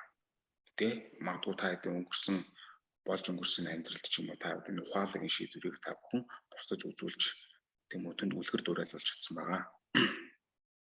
Okay, let's take Mother Teresa for example. That Mother Teresa, his biographical research show that Mother Teresa have an integrated idea, that is to serving Christ by serving the poorest of the poor. So she integrated Christ with the poorest of the poor. And then he took many actions to implement her idea, and her action generated positive effect for herself and others. За ахаад нөгөө нэг хэдүүлээ бас ярих түрүүний нөгөө нэг action integrated idea на positive effect гэдэг бас хэдүүлээ нөгөө нэг Тереза ахтар хэдүүлээ харъя. Тэгээ Тереза ахт маань болохоор нөгөө нэг энэ христийн хүмүүс болохоор одоо үйлчлдэг тийм үү ядуучуудад бол ядуучуудад гэх тийм энэ ямар idea болохоор ямар action байсан бэ гэхээр одоо тухайн хүн маань одоо эдгээр зүйлийг цаашаа яаж одоо нөгөө нэг бусдад хүргэж чадах вэ тий гэснийг үзсэн. Тэгээд энэ санаа маань болохоор цаашид ямарваа нэгэн эрэг байдалтай хэрхэн нөлөөлөх үү? Өөрт ч гэсэн тэр бусдад ч гэсэн тэр энэ одоо нөгөө нэг үйл ажиллагаа маань бусдад хэрхэн нөлөөлөх үү гэсэн тал дээр талыг харуулсан. Okay. And there's one thing I would like to share is that in my study, I find that great display of wisdom often transcend cultural boundaries and benefit people of different cultures. За тэгээд энэ ухаалаг байдал гэдэг болохоор ерөөхдөө соёлын хоорондох зааг байдаг ба дараад нь болохоор ялгаатай соёлуудаас суралцах давуу тал болж өгд юм аа. Okay. I think that many of the people in my study, the wise people in my study, they show many efforts to learn from different cultures, and they can also incorporate lessons learned from their own culture and other culture. So I think that the ability to learn from different culture and the ability to incorporate lessons learned from different cultures, those things are directly related to displays of wisdom. За тэгээд соёлыг бол тэ одоо ялгаатай соёлоос суралцсан. Тэгээд түүнийгээ нэгтгэж авах.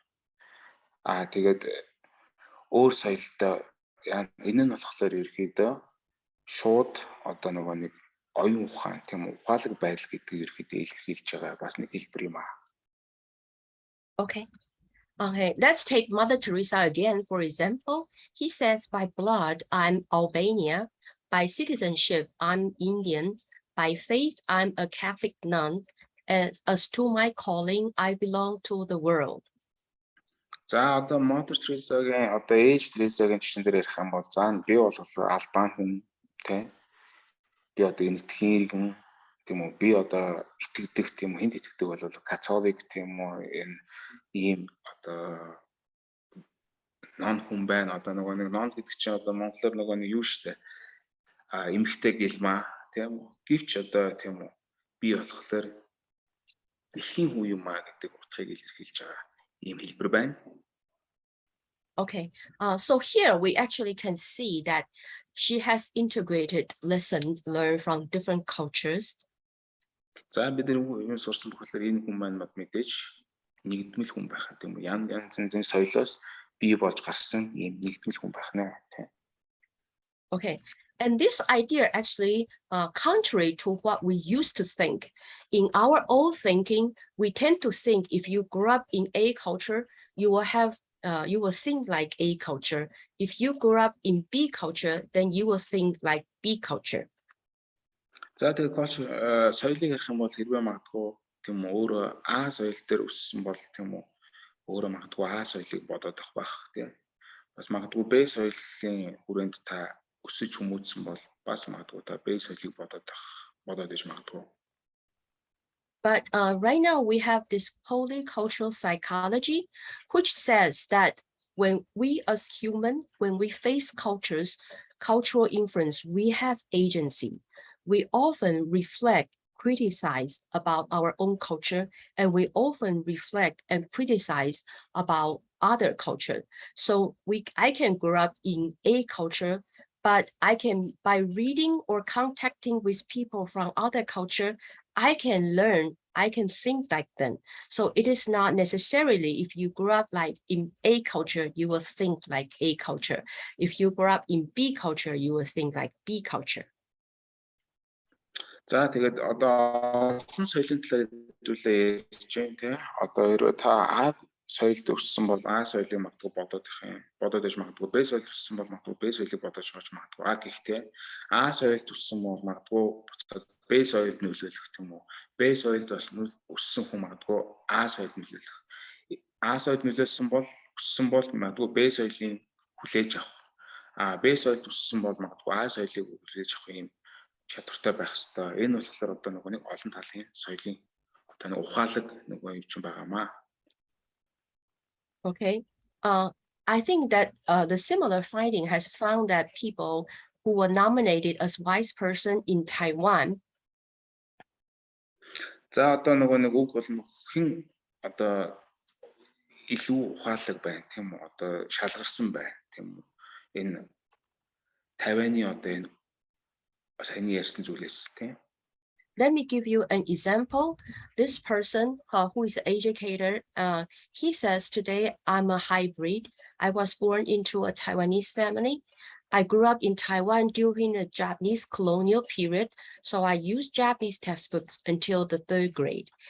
After the retrospection of Taiwan, I received a full Chinese education, and after that, I went overseas to study and live in the United States for 14 years. So I'm a hybrid. За тэгээд та бүхэнд нэг боловсролтой хүний талаар яриад доктор тийм үү 68 настай. Би болохоор өнөөдөр болохоор жоохон одоо нэг хабрид гэдэг маань хоёр талтай гэсэн үг те. Эглэнц гэсэн үг юм уу? Би одоо Тайваны гэр бүл төрсөн. Би Тайванд өсөж хүмүүжсэн. Тухайн үед бол Тайван маань Японы колон байсан. Тэгэхэд би одоо Японы текстбукийг би одоо 3 дугаар анги хүртлээр үзчихсэн. Дараад нь Тайван болохоор нэг Японоос алсан. Тэгэхэд би одоо хятадын боловсролыг эзэмшсэн. Тэгээд дараа би яасан гэвэл би барууны оронд те сурсан. Тэгээд Америкт амьдарсан. Тэгээд 14 нас хүртлээр. Тэгээд одоо би яах вэ гэвэл би одоо ингээд хоёр талтай одоо ийм эрхлэлц хүн байна гэсэн байна тийм. Okay, he says, I think I retained some Taiwanese traits. I'm sincere, hardworking, and friendly. I also value highly the Chinese traits of being flexible, being able to persevere despite hardship and tolerance of other cultures. I also learned to be honest and law-abiding from the Japanese. I particularly admire their commitment. Once committed, they keep their promise to the end. This I have tried very hard to emulate. I also learn from Americans who are positive, optimistic, innovative, creative, individualistic, and self-confident.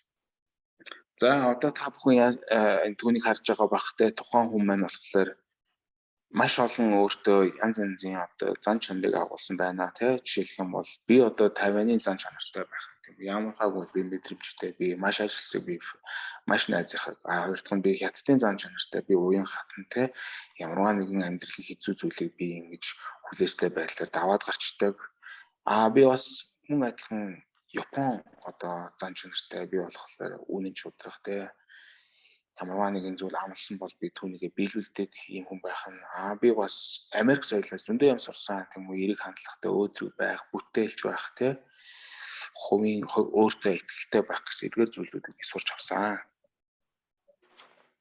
Okay. Yes, Okay. Professor. I'm done. Yes. Okay. Every culture has its merit and virtue, and I try to learn from them. Whether I succeeded, I do not know, but this is what I demand of myself. За тэгээд мэдээч тийм үү бүхэл одоо соёл гэсэн өөр юм гэсэн давуу талтай байдаг тийм үү би зөвхөн тэд бүгдийг сурах нь л хамгийн чухал юм тий сурахад магадгүй тий өөрийгөө хичээж өөртөө шаардлагатай байх хэрэгтэй гэж. Okay, so if in my audience somebody who will visit Taiwan in the future, I think that you can expect to enjoy some Chinese or Taiwanese culture. But when you come to Taiwan, please also open your eye to examine the great integration that are done by people who have deep appreciation of their own cultures, and also they learn maximally from other cultures. За манай одоо намайг манай лекцэнд одоо сууж байгаа та бүхэн маань хэрвээ та бүхэн Тайванд хэзээ нэгэн цагт ирж очлоо тийм үү аялал тийм үү та бүхэн Монгол тий хятадын соёл болон Taiwanese одоо Тайван соёлтой магадгүй уулзрах тулгарх болно тий тэр соёлыг та бүхэн таньж мэдэх болно тий мөн та бүхэн харах юм бол тэнд юу харах юм бэ гэдэг байх юм бол та бүхэн нөгөө нэг агуу одоо нэгдэл байдлыг болохоор та бүхэн харж болно тэгээд мөн та бас нэг зүйл нь болохоор Тайванчууд тийм үү тий ямарваа нэгэн байдлаар бусдаас тийм үү соёл суралцах юм хэлбэрийг бас та бүхэн бас харж болно. Okay, now I'm going to give you one example that this is a bamboo flute concerto, which is done by a Taiwanese composer. He loved the traditional traditional Chinese music, so he want to put the Chinese traditional bamboo flute into this orchestra. And so in his composition, he actually integrate different cultures. За одоо та бүхэнд бас нэг жишээ үзье те одоо бас нэг видео үзүүлээ одоо bamboo flute буюу одоо нэг хулсан одоо лимбэр ядаг хэрхэн одоо ялгаатай соёлоодыг тийм үү та бүхэндээ сонирхуулж байгаа юм урлагийн хүний талаар та бүхэндээ үзүүлье. Okay, so I have to wait. I'm going to share with you the clip, so I will read.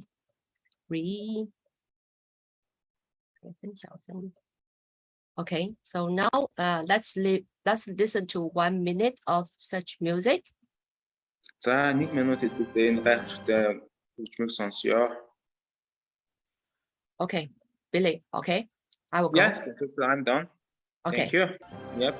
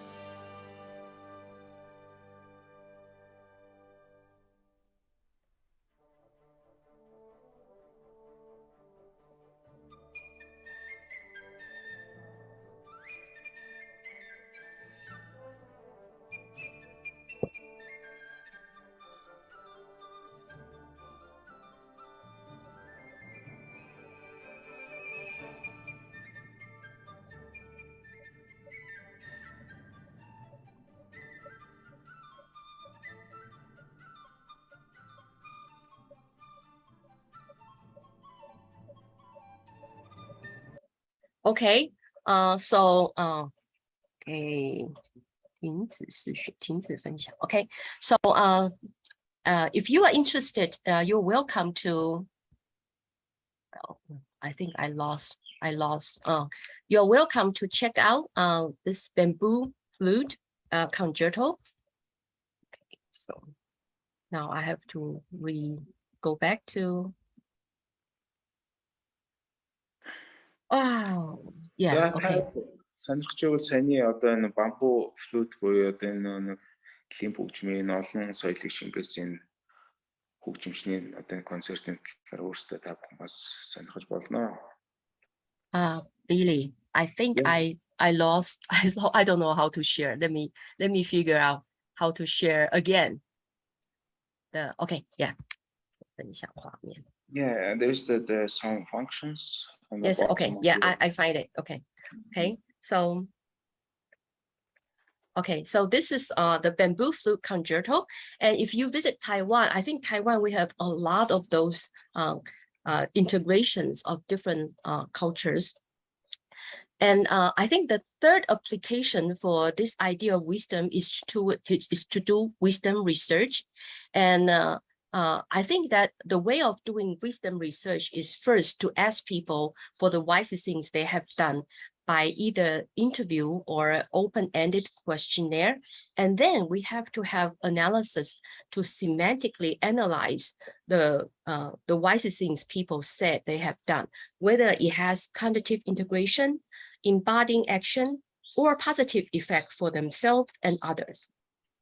За тэгээд энэ ухаалаг буюу тийм оюунлаг одоо энэ зүйлийн талаар та бүхэн судалгаа хийх юм бол мэдээж хүмүүсээс асуух хэрэгтэй тийм ямар ухаалаг зүйлийг та бүхэн амьдралдаа хийж ирсэн юм бэ гэдэг тийм энэ бол ярилцлагын хэлбэрээр байж болно тийм эсвэл одоо тийм нэг бэлэн одоо энэ судалгааны одоо тийм асуулттай тийм цаасаар бас байж болно. Тэгээд энэ дээр болохоор та бүхэн одоо нөгөө нэг гурван зүйлээ та бүхэнд нөгөө нэг анализ хийж бас судлах хэрэгтэй байгаа юм тийм нөгөө нэг гол гурван нөгөө нэг бүрэлдэхүүнээ тийм нөгөө нэг оюунлаг болон ухаалаг зүйлийн талаарх энэ нөгөө нэг та бид бүгд дахин яриад байгаа тийм таны мэдхгүй нэгдэл тийм ямар зүйл тийм үү ялгаатай байдлаас юу болж ах уу гэдэг. Түүнийг нэгтгсэн одоо нөгөө нэг үйл ажиллагаа байх нь тий одоо яаж хэрхэн одоо үүний санаануудаа нэгтгэх үү гэдэг. Тэрийг нэгтгсэн зүйлээ бусдад хэрхэн хүргэх үү тийм үү яаж хүргэх вэ гэхээр мэдээж эрэг байдлаар яаж хүргэх үү гэдэг тал дээр та бүхэн одоо нэг судалгааныхаа одоо нэг цэцэн мэрэгэн тий ухаалаг байдал гэдэг тал дээр та бүхэн судалгаа хийж болно тий түүнээсээ та бүхэн тодорхой хэмжээний ололт амжилтыг одоо гаргаж болно. Okay. But to academically recognize that a person has displayed wisdom, we need other people's perspective too. So not only you yourself said it is the wisdom you have displayed, but other people has to recognize it as wisdom too. So the third stage is to have different raters to evaluate the story or the incidents on the Likert scales. За тэгээд нэг та бүхэн одоо ялгаатай зүйлээс одоо үнэлгээ хийх хэрэгтэй болно тийм мэдээж зөвхөн өөрийнхөө одоо нэг оюун ухаанлагт яаж хүрсэн талаар биш бусдын одоо нэг тэр оюун ухаанлагт хэрхэн хүрсэн талаар мэдээж та бүхэн одоо нэг дүрслэл хийгээд түүндээ одоо 7 хоног одоо Okay. Нэг жигнэн одоо яах юм бэ харьцуулна. Yes. Okay, the rating can be done by two ways. The one is cultural rating, that is to have raters rate based on the general conditions of a culture. That means that based on, for example, Taiwanese culture, whether you will think the things people done involve wisdom. За тэгээд мэдээж соёлын одоо үнэлгэн дээр яг хөглөм мэдээж юу хийсэн талаар тий одоо жишээлбэл Тайван гэх юм бол Тайван урд яг юу хийсэн хүмүүс нэг ажилласан талаар ч юм уу тий соёлын үнэлгээний тал дээр ерөнхий одоо нөхцөл байдал дээр тулгуурлаж соёлтыг тулгуурж үнэлнэ. Okay, so if you disagree that you involve wisdom, you will give 1, and if you strongly agree, then you will have give more higher scores. За тэгээд хэрвээ та бүхэн санаа нийлэхгүй бол мэдээж магадгүй 1 хэрвээ тухайн үед санаа нийлж байгаа бол магадгүй хамгийн өндөр үнэлгээг өгнө.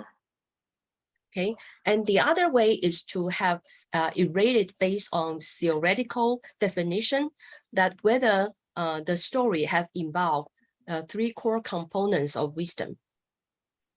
За тэгээд нөгөө нэг дараагийнх нь нөгөө нэг онлын үнэлгээх нь тий. Тэгээд нөгөө нэг онлын үнэлгэн дээрээ та бүхэн нөгөө нэг гурван хамгийн цөм одоо бүрэлдэхүүн хэсэг буюу нөгөө нэг ухаалаг байдал ухааны одоо гурван цөм хэсэг дээрээ бас үнэлгээ өгнө. Okay, and then with this evaluation, we can change the qualitative data into quantitative data, and we can run statistic analysis on those ratings. За тэгээд нөгөө нэг хамгийн сүүлд мэдээж статистик дээр та бас үнэлгээ өгнө тий. Okay, then that's pretty much what I have to say about my study. But I also prepare some tips for students if they are interested in coming to Taiwan or if they are interested in applying for G9 University. За дараагийнхандаа та бүхэндээ бас энэ Тайванд магадгүй энэ Тайваны үндэсний Ших-йing сургууль сурах гэж байгаа эсвэл Тайванд ирж суралцах гэж байгаа хүмүүс оюутнуудад зориулсан бас нэг тодорхой мэдээлэл өгье. Okay, and then I have these students who have made me a video. And so I'm going to share his video. За одоо та бүхэндээ бас нэг Монгол хэлний видео үзүүлье.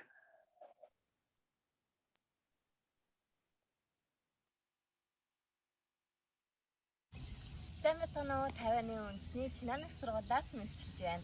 Миний нэр Холон Тайваны үндэсний Чинааны сургуулийн магистрантын оюутан нагмаа. За миний амьдардаг, миний суралцдаг манай кампус бол Тайваны зөвхөн тусгай газар байрлах Нантау мужийн Пүлийн хотод байдаг. За Нантау бол өөрийн үзлэнд газар амар амгалангаараа маш их алдартай. Тайваны хамгийн үзлэнтэй зүйлс нь Тайван хүмүүс өөрсдөө маш олон удаа сонсч байсан. Гэхдээ өөрийнхөө охинтой уулзлаа яг бүрэн утгаар ойлгож амжааг байсан. Татансаж эхлэх үед энэ нэр үнэхээр гарцаагүй үний юм байна гэдгийг ойлгож ирсэн. Яагаад гэвэл ийм жижигэн зүйлс дээр манай өөрийнх нь туслах байсан ч гэсэн надад яг 100% сэтгэлээ зориулна. Зүгээр л нэг орондоо төрөх үү. Яг гадаад гэрээсээ олгоо гадаад оюутнуудад тийм яг нэг тийм хайрлагдсан мэдрэмжийг айгүй их төрүүлж ирсэн. Зүгээр нэг гадаад оюутан гэж орчихгүй ингээл бүү цэлүүл халамжлал яг тийм амар тийм дотн мэдрэмжийг айгүй их өгсөн. Яг тийм хайрлагдсан мэдрэмжийг авч ирсэн. Яг гэрээсээ олгоход тийм мэдрэмж айгүй их дутагддаг юм байна лээ. Яг тэр мэдрэмжийг үүсээгээд нөхөд орлуулж өгчээсэнд маш их баярлсан. За манай сургуулийн тэгээ профессор оюутнуудын эргэх холбоо харилцаа нь айгүй сайн. Яг дан ганц профессорууд хичээлээ заахаас гадна оюутнуудтай цагийг өнгөрүүлэх тийм хамтдаа оройн хоол эсвэл өдрийн хоол идэх тиймэрхүү мөчүүд айгүй их гардаг. Тэр нь бас оюутнуудад яг чөлөө сэтгэлгээ дэмжих яг ашигладаг утгаар зүгээр дан ганц айж хичээлээ хийх биш яг бас дотн найз шиг ингээд ирээдүйн талаар ярилцах цаашдын чиг баримжаагаа олж авах тэр нь бас айгүй нөлөөлдөг юм шиг санагдсан. Яг маш баярлалаа. Баярлалаа хаттай шүү. Okay. I really thank these students who came back to university and specifically make the presentation for this talk. Okay. Okay, sorry. The ratio of professor to students in National G9 University, which is situated in the middle of Taiwan, as you can see, it's a bit high in the mountain. So compared to the rest of Taiwan, it's less hot. During the summer, I think the weather is a bit cooler, and then it's a small university. So most of the professors can speak from my personal experience that we actually know our students very well. We know them by names. And sometimes we notice students have problems before they even make report to us.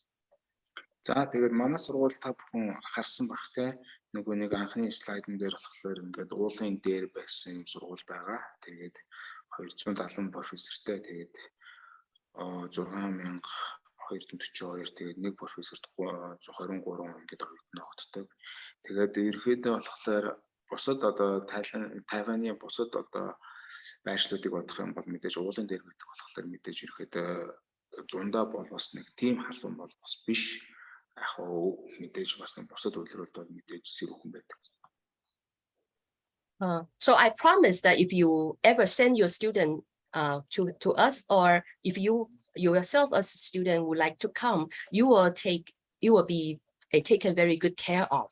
And we specifically welcome students coming to study for master and doctor degree. За манай сургуулийн хувьд болохоор мэдээж оюутнуудыг болохоор магистр болон докторийн төвшин сургадаг, зэрэг сургадаг. Okay, the condition in National Jinan University is that we do provide English courses, and then at the departmental level, we have like work opportunity, so students can actually earn some of the money that will cover for their living expense. And the master's thesis and doctoral dissertation can be either Chinese or English. If you choose to write it in English, it will be perfectly okay. За манай сургуулийн хувьд гэх юм бол энэ National Jinan сургуулийн хувьд гэх юм бол магадгүй 100% одоо англи хэлний курсээр бол хангаж өгдөг. Тэгээд яг хоо суралцах хажуугаар мэдээж хагас цагийн ажлыг хийдэг тий оюутнуудын болцоонд тохируулаад ингээд хагас цагийн ажил хийж болдог. Тэгээд тухайн одоо энэ цалин маань болохоор тухайн оюутны одоо амьдралын одоо нөгөө нөхцөл боломжинд одоо амьдрах одоо зардалт болохоор хүрдэг. Тэгээд манайх болохоор одоо энэ магистрийн болон докторийн одоо энэ сэдвийн одоо энэ дипломын ажлыг төгсөлтийн ажлыг болохоор хятад болон англи хэл дээр аль нэгэн дээр бичих юм болцоотой. And actually, as long as you are admitted, you will be granted for sure 2 years of scholarship. For master students is 4,000 NT, and for doctor students is 8,000 NT. За тэгээд магадгүй та бүхэн ингээд суралцах хугацаанд тэг магистр бол одоо 2 жилийн хугацаанд болохоор 4,000 одоо Тайван доллар авдаг. Энэ нь болохоор та бүхэн харсан баг. 420,000 103 төгрөг гэдэг одоо манай Монгол мөнгөний жишээтэй. Okay, and then there are more money at the college level. So in my university, we have money for students at the departmental level, and we have money for students at the college level, and we have money from the university level. So the students can get those monies at all 3 levels. За тэгээд манай сургуулийн хувьд гэх юм бол одоо коллежийн төвшөнд тийм үү, департмент одоо нөгөө нэг танхимын одоо төвшөнд, коллежийн төвшөнд тэгээд сургуулийн төвшөнд тийм ялгаатай юм одоо тэтгэлэгтэй. Yeah, and I think that those monies put together actually can cover most of the living expense in Taiwan. За тэгээд энэ та бүхэн одоо Тайван суралцах амьдрах одоо энэ зардалт бол хүрэлцэн. Okay, and I'm going to show you some of the views in my university. За та бүхэн одоо сургуулийнхаа зурглуудаас сонирхуулъя. Okay. This is our library, which the picture is taken by me because the day is a bit cloudy, so it's not as beautiful. За манай сургуулийн одоо номын сан байна. Жохон бүрхэг өдөр зураг авсан байгаа. And this is the view. If you stay in the university library, you can see that's the mountains surrounding the campus. За та бүхэн одоо номын сангийн цонхоор харах юм бол тэ ингээд уулууд ингээд манай сургуулийг хүрээлээд байж идэг. And I think our librarian really did a good job in decorating the library. They make it as beautiful as cafe. За манай сургуулийн одоо номын сангийн доторх бол маш одоо амжилттай одоо засагдсан тий. Тэгээд манай сургуулийн номын сангийн дотор бол мэдээж их сайхан кофе шоп байгаа. And the university is famous for the cherry blossom. Actually, the university is situated in in the scenic area. It's very close to the famous Samu Lake. That's our tourist spot. And during the February or early March, the whole cherry blossom in the campus will be fully blossomed. And at that time, the campus will be flooded with tourists who just came for the cherry. Манайх болохоор маш тийм сайхан байгальтай юм орчин байдаг юм сургууль. Тэгээд ерөөхдөө 4 сар гэдэг энэ улаан одоо энэ навч зээлгэрдэг. Тэгээд тухайн үед болохоор манай сургуульд болохоор маш олон жуулчид ихээр ирдэг. Okay, and we have a lot of exchange with other countries. So we do have a lot of international scholars who will come and give lectures. За манайх бол гадаад харилцаа бас маш их сайтай. Тэгээд бидэрт болохоор маш олон тийм гадаад эрдэмтэд ирж бидэрт багшилдаг. Тэгээд And then we also take our students to international conference. за тэгээд бидний оюутнуудыг аваад олон улсын одоо судалгаа одоо хурал зөвлөгөөнд явдаг. And this is my college student who is making a presentation in the international conference. За энэ одоо бидний нэг оюутан олон улсын одоо хурал зөвлөгөөнөөр бас нэг презентацийн хийж байгаа зураг байна. Okay, and whenever we have international scholars visit us, we will ask our students come with us to entertain those scholars. Тэгээд бид нөгөө нэг оюутнуудаа энэ профессоруудтай цуг одоо нөгөө нэг ийм хурал зөвлөгөө ингээд цуг ингээд үйл ажиллагаанд оролцдог. Okay, and the application, if people are interested, please go to the university's website, and this is the English website. So if you check, you can actually understand what is going on there. За тэгээд та бүхэн манай энэ вебсайтаар бас зочлоорой. Англи хэл дээр байгаа юм сайт байгаа. And the information for admission is at this www.admission.ncnu's National G9 University.edu.tw and sign up. And the application for this year actually is over by now. But for next year, the news will be announced by October this year. За тэгээд та бүхэн одоо энэ мэдээллийг болохоор саяны дээгүүр байгаа энэ сайт руу зочилж ороод үзээрэй. Тэгээд одоо энэ жилийн яг эсэлтийн хувьд гэх юм бол манайх одоо сая дууссан байгаа. Тэгээд дараа жил та бүхэн бидэртэй холбогдоорой. Okay, so this is actually the email, and staff actually they promised me that as long as they receive email, they usually will reply within like very quickly. So the address here is Overseas Chinese International Student Admission, NCNU National G9 University @gmail.com. За та бүхэн одоо Overseas International Admissions гэдэг энэ National Chinese School гэдэг энэ Gmail-ээр та бүхэн бидэртэй холбогдорой тийм. Энэ болохоор маш хурдан та бүхэнд асуултанд хариулах болно. Okay, so the last one is for some tips for submitting a journal article. Those are the lessons I learned when I submit my journal. Is that if you want to submit any journal for the international journal, submit paper to international journal, it is very important that you check on their website to see the aims and scope of the journal. So you want to make sure that your paper is sent to the right journal. За та бүхэнд одоо хамгийн сүүлийнхаа одоо сүүлчийн одоо хэсэгтээ хэрхэн одоо өөрийнхөө бичсэн одоо ажлыг одоо сэтгүүлд хэвлүүлэх талаар та бүхэн зөвлөгөө өгье. За хамгийн ээлжин та бүхэн мэдээж тэр журнал тийм үү одоо сэтгүүлийнхаа компани руу ороод тэгээд судалж үзэх хэрэгтэй те ямар зорилготой те ямар одоо нэг хүрээний сэтгүүл хэвлэдэг юм байгууллага гэдгийг та бүхэн судалж үзэх хэрэгтэй. And then when you submit your journal, you have to be very careful how many words you write. So beware of the word count. За тэгээд дараа нь болохоор мэдээж та бүхэн тийм одоо нэг үг тоолдог журнал юм уу те сэтгүүл юм уу. Тийм учраас та бүхэн энэ дээрээ бас анхааралтай хандаарай те. And then you have to use the right format. For example, the width of the margin has to be right, the double space, and the size of the words.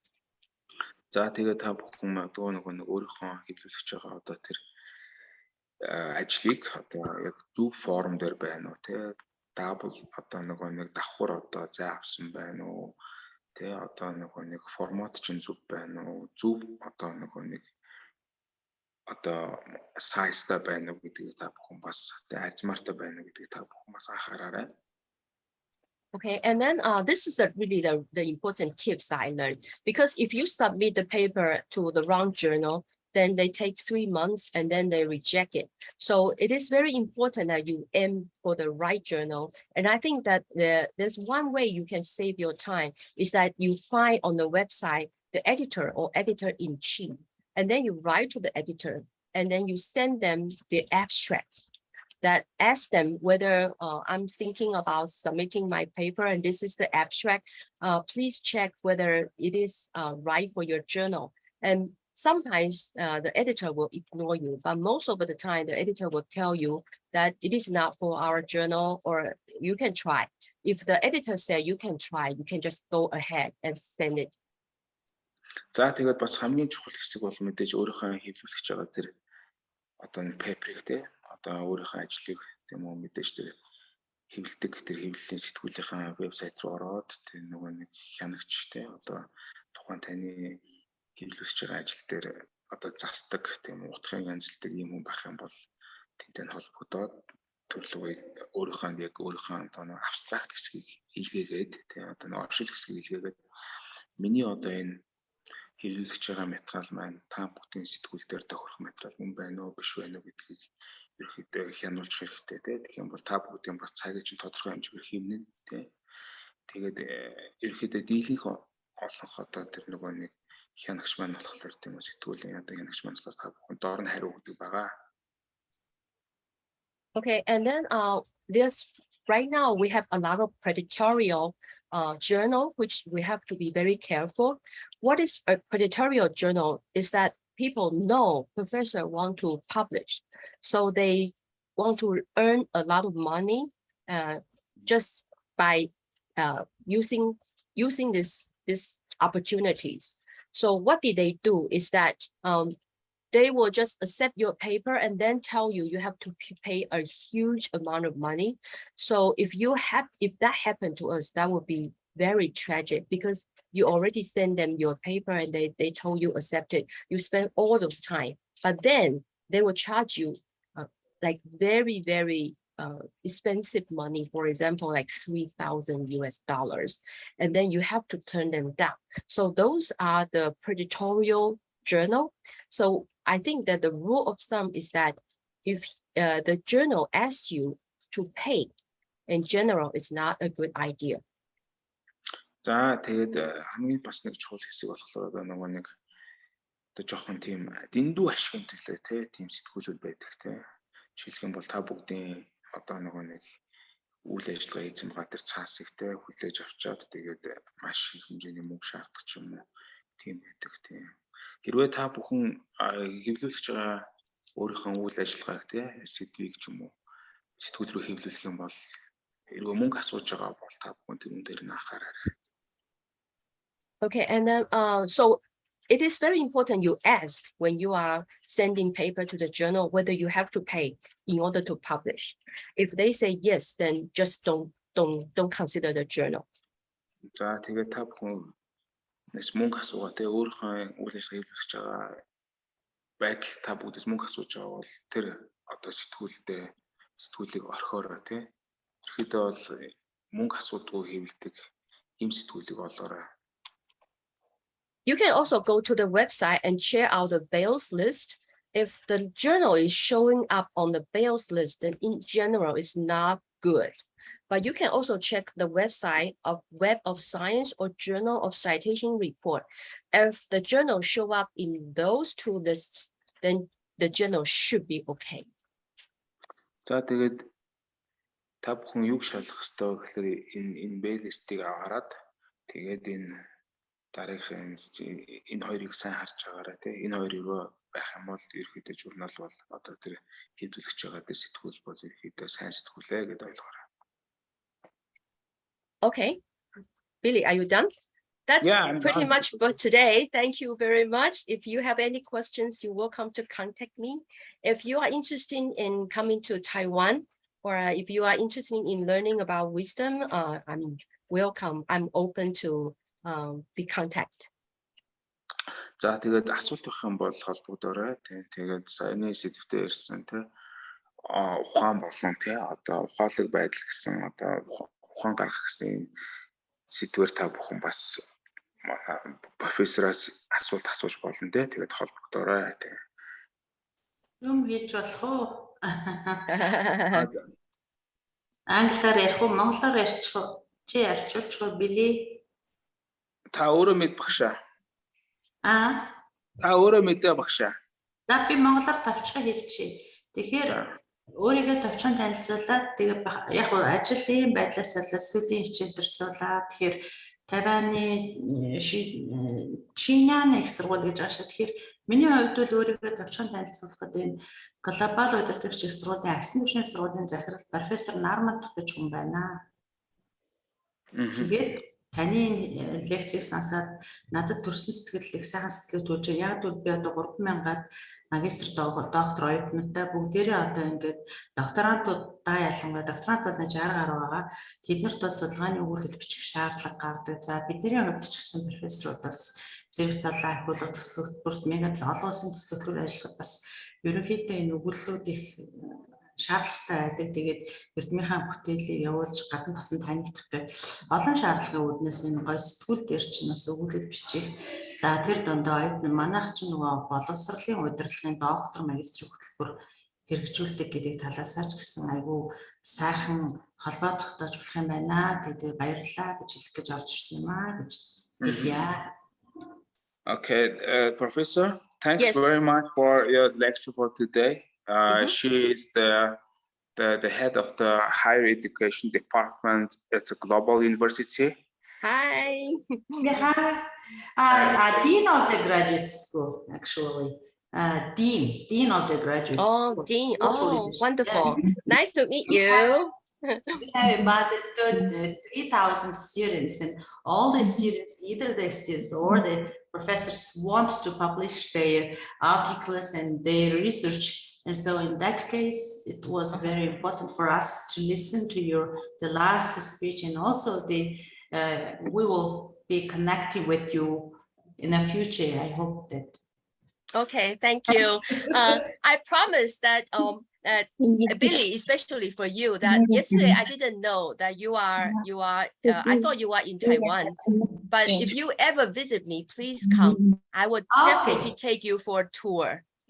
Okay, I haven't been there. I haven't been in Taiwan. And actually, our university has a good connection with Taiwan. And the president of Otombat suggested me come there, go to Taiwan, meet our partnerships or something like that. In that case, of course, we will see sometime in your country. Okay, thank you. Definitely. Thank you so much. Thank you. Thank you. Professor, yes. I wasn't in Taiwan. Yes, then you thought I'm in Taiwan. So yeah. Okay, I thought you were in Taiwan. No, I was in Mongolia. Okay. If you ever come to Taiwan, just please, you have to contact me. I will show you around. Absolutely. I will definitely just hike up your university. It's in the top of the mountain. Yes, it's surrounded by mountain. Absolutely beautiful. Yeah, I really want to see that, kind of flower, the blooms. Just. All right, Professor. Thanks very much. Any question? We will take. Дахиад асуулт байна уу?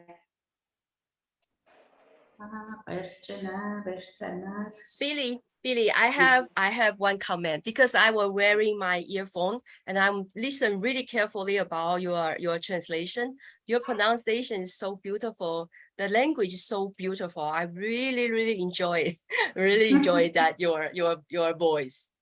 Yeah, thanks very much, Professor. So okay. Thank you very much. Thank you. Thank you. Thank you. So I think that's pretty much for today, right?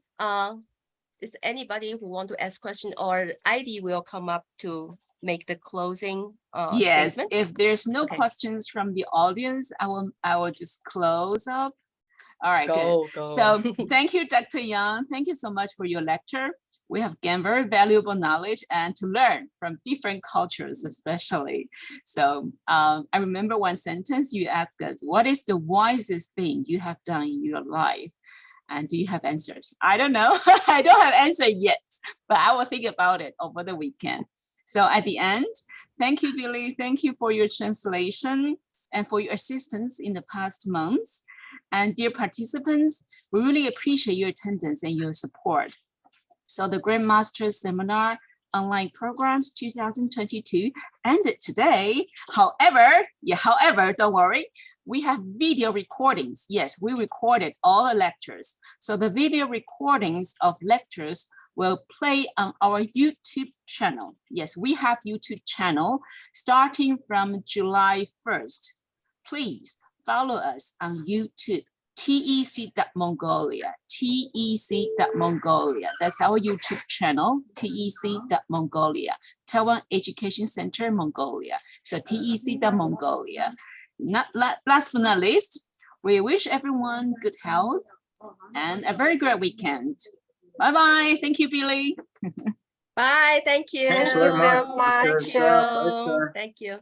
Ivy, can I have a copy of? Thank you, Billy. Come visit me. Ivy, can I have a copy of today's video? Yes, of course. So professors, as I just mentioned, we will upload to our YouTube channel, tec.mongolia, and I will send you the link, and you can check it out later. Okay, thank you. I enjoy Billy's translation very much. Thank you so much. I will stop recording now.